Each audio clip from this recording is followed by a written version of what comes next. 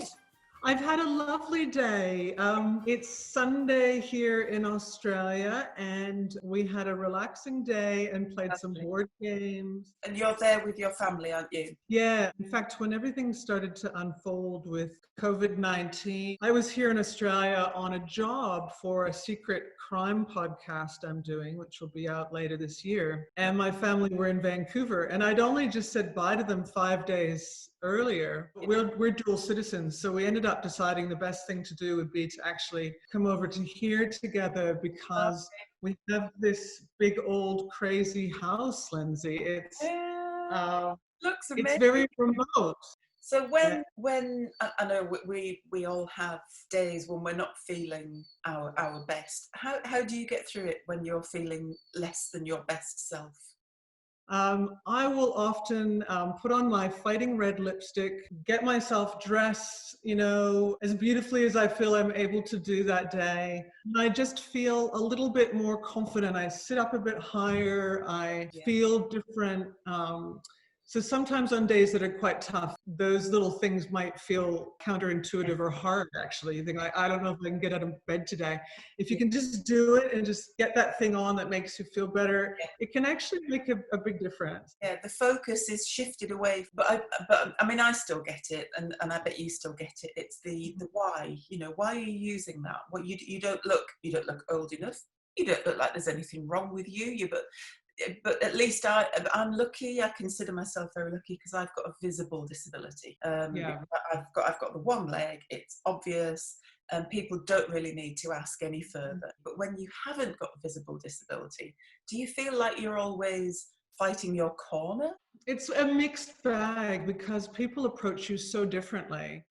Some people, I want to say even most people, are really lovely, and like I said, it seems especially important to me, at least, when I put on my lipstick and I dress up a bit, because it gives off some sort of a friendly social sort of element, and people feel okay to chat with me rather than just stare or glare, because I have been glared at lots of times. Really? But were you glaring at them, Tara? No, I promise I wasn't. Like I'll pull into the disability parking spot and I've got my visor out. It's all really obvious. It's like hanging there, really visible. And people will shout at me across the parking lot. They'll go, disability parking, or that's a disabled spot. And I'll be like, yes, it is. But you just touched on there, you sometimes use a walking stick, you sometimes use your rollator. So you're very much the different aids for different days kind of person. Exactly. How did that start off? Because I know you have a very special walking stick. I do. I have a few really gorgeous walking sticks. The first one I properly got, that wasn't like a stick I started using around the house, because that's how I started. I got a hip injury and developed chronic pain from that. And I started using a walking stick that just happened to be around the house, but it wasn't my height. It hadn't been measured. I think I was doing it really just on instinct, that I knew I needed something to help me bear weight. But I was too embarrassed to go out with it. I was made to feel quite embarrassed about using a mobility aid, which I now realize is a huge problem and is part of, one of my missions, one of my projects, which I know is something you share and a lot of people in the disability space share, is this mission to destigmatize disability, but also mobility aids. And for me, that's a big one, because I was one of those many people who felt uncomfortable when I started using it. So my first proper walking stick is Wolfie, and Wolfie has a wolf head, and she's gorgeous. So I started an Instagram page called Tara and Wolfie, and it's just dedicated to documenting my experiences with mobility aids. I now have one of your wonderful walking sticks, Lyndsay. I have a Neo Walk Cherry Bomb, which looks like a cocktail and a walking stick. It's just a cocktail and a cane. It's got all the bubbles in it. It looks amazing. And I recently bought this one, and I love this. It just arrived the other day. I'm super excited about it for many reasons, including this. It lights up. It looks great. It looks absolutely great. When I was thinking about walking sticks, I just didn't know they could be this beautiful. there's a lot of people who speak to me and say, look, I've got pain. I feel like I could benefit from a walking aid. A doctor's mentioned this to me, but I'm embarrassed to use one. Yeah. Where do you get yours? I feel like if I had one that was beautiful, I Yeah. would leave the house with it. Makes me think about glasses, about spectacles, and kind of how we started with those, because there was a huge stigma around wearing glasses. With walking aids, it's a little bit behind. It's still catching up. Yes. Yeah. You're creating these beautiful walking sticks, but you're also creating a community and encouraging a community and making a community visible. I think that rocks. I just love it. There's such a warmth. They support each other. There's lots of photographs. Everybody's really proud of, you know, to look at me today. I'm doing this. I'm here. I acquired my disability about 4 years ago. So it's not like I've spent my whole life being in this space. And when I came across your walking sticks and I came across the people using them, like some of your ambassadors, I just felt so at home immediately. But I remember going into a coffee shop in Vancouver. I mean, it was a few months ago, but it feels like a lifetime ago, because I probably wouldn't go and hang out in a coffee shop at the moment. But I remember going in and I had my walking stick, and I should have probably brought my rollator that day because I was having a bit of a flare, but I was like, I brought my walking stick because I just was still getting used to the rollator. And I saw this really cool looking young man with next to a rollator. And I started doing the kind of, the thing where you start kind of going like, we're part of the same club. And I just kind of occasionally doing this look. Anyway, later it was very funny. He stood up and he left, and the rollator was still sitting there. And I was like, oh, it belongs to, and there was a gray-haired woman who was in her 80s or so. It was her rollator, and here I was thinking, there's this young suave guy who's using a rollator, and I'm like, you're hitting on him, yeah. I'm fascinated, A, by the dress you're wearing, and B, by the costumes behind you, because they're absolutely amazing. And I know, I haven't been stalking you on the internet, but I have been watching you doing your sewing vintage. Oh, yeah. I've been watching, and just the things you've made are incredible. So I need to know about your sewing career, and are you doing it over in Australia as well? So I've just got the sewing machine out. I haven't set it up yet, but I'll show you a little bit of what's here. So this is actually my husband's grandfather's uniform. So these two are vintage pieces. The one here is 1940s. This is 1950s, very early 1950s. It's got lovely pleating and everything, and little rhinestone buttons. I've seen some of the things that you've made, and they're beautiful. They're absolutely beautiful. And you always say that you can change, you look ahead with your clothing, don't you? That you can change it to fit your body as your body changes. That's right.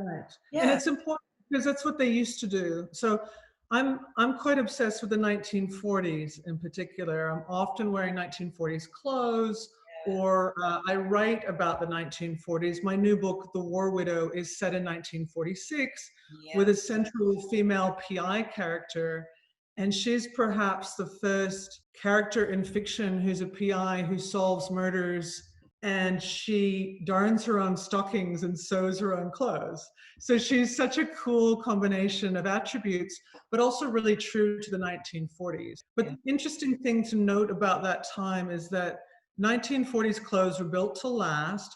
A lot of them were actually clothes from the 1930s or earlier that had been adapted. So when you made clothes, you didn't have one of those pathetic little seam allowances on. Yeah. But in the 40s and before then, you had these fat seam allowances. I mean, the seam allowances on some of these garments, it's like they're like that big. So you can make it for you being taller, shorter. You can pass it down to your kids. You can bring it in at the waist and then take it out later as your body changes. And you can have a favorite piece, a favorite jacket, a favorite dress it can remain your favorite, not just until it stops fitting you. But you touched on one of your characters, because you've written about three main characters, haven't you? That all seem to be a blend of you. They all seem to be very, very much you. Which one of them is more you now? Because one of your characters was a lot younger, the young lady model. But as Yes. you've got older, which character are you projecting more now? Is it your latest one? I would say I'm the most like my character Billy Walker at the moment. You Yeah. probably guessed that. Yeah. So when I was younger, when I was modeling and when I was blonde, because I've stopped dyeing my hair, so this is apparently my natural color now.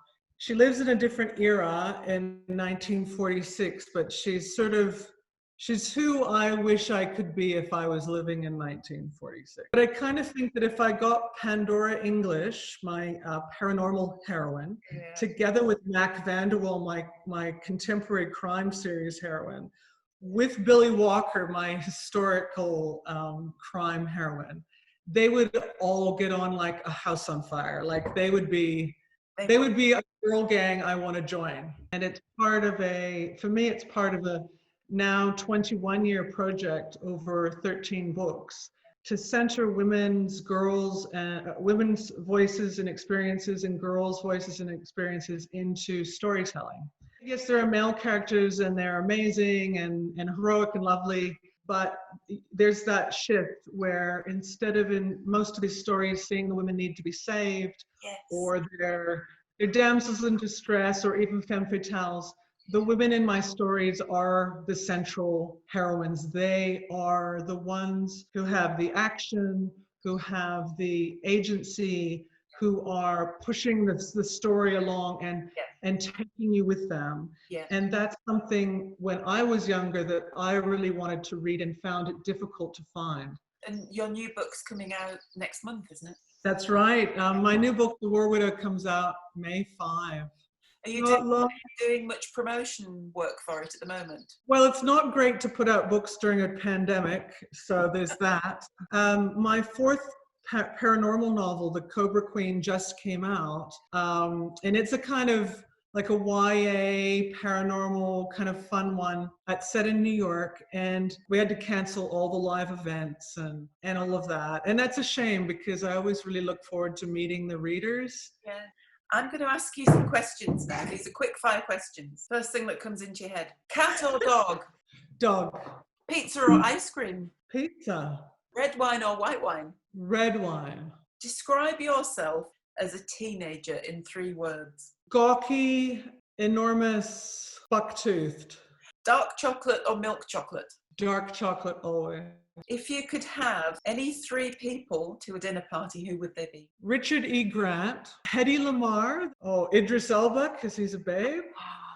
If you could have a superpower, what would you choose? Creating a pain-free world. If you were stranded on a tropical island, what 2 things would you want with you? A really good book, probably a Raymond Chandler novel. A notepad and a pen. Where would you go if you could be invisible? I'd probably go to the White House and try to find out what the heck's going on. What is the first thing you notice about someone when you first meet them? Their eyes.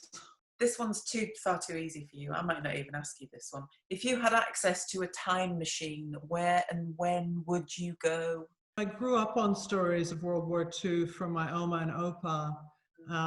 They were born in Holland, so I've got Dutch ancestry. And they survived Nazi-occupied Holland. And my Opa was taken by force by the Nazis to work in a work camp in Berlin. Really? Thankfully for them, they weren't Jewish. Some of their neighbors and friends were, and they never returned. But my Opa was put in a work camp, and it was a munitions factory. And my Oma, who had very young children with him at the time, used to cycle across Holland to visit him, smuggling flour and sugar in the hollows of her bicycle. And she'd give him that, and he was a baker by trade, and he'd use those ingredients to bake bread in the munitions ovens to bribe the foreman. And that's how he got his day pass to leave one day, from bribing the foreman, and that's how he escaped. Oh, wow. Oh, listen, Tara, it's been so wonderful talking to you. I'll give you a virtual hug. Oh, here we go. We'll do the virtual hug.